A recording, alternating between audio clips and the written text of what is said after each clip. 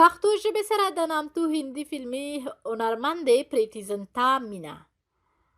د هندي فلمونو نامتو هنرمندې پریټي زنتا له پښتو ژبې سره ډیره مینه لري او تازه یې په دې اړه یوه نوې ویډیو هم خپره کړې ده.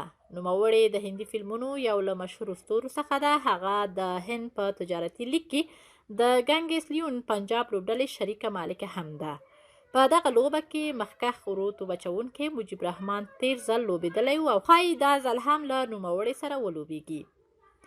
پریټي زنتا هغه مهال د افغانانو ترمنځ هم ډیره مشهوره شوه کله چې تیر IPL پر مهال نوموړې له مجيب رحمان سره په پښتو ژبې ځینې خبرې وکړې. خو تازه دغه هنرمندې په خپل فیسبوک پاڼه یوه ویډیو خپره کړې ده چې هغه کې له یوې نجلۍ سره په پښتو ژبې خبرې کوي او همداراز له مجيب رحمانه مننه کوي چې هغې ته پښتو زده کړې ده. په ویډیو کې هغه له زینب سره خبرې کوي چې یو بل ته سلام ورکوي او د یو بل د احوال پوښتنه کوي. دواړه یو بل ته په پښتو ژبې د احوال ځواب ورکوي او بیا پریټي زنتا وایي چې په پښتو کې له مجيب رحمان نه هم مننه کوم.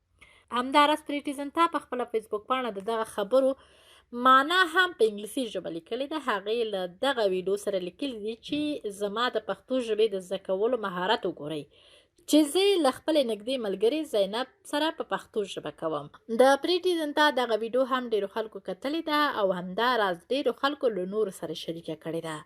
د یادولو وړ ده چې پنجاب لوبډلې به له خپلې رسمي فیسبوک پاڼې هم د مجيب رحمان په اړه په پښتو ژبه کې پوسټونه کول.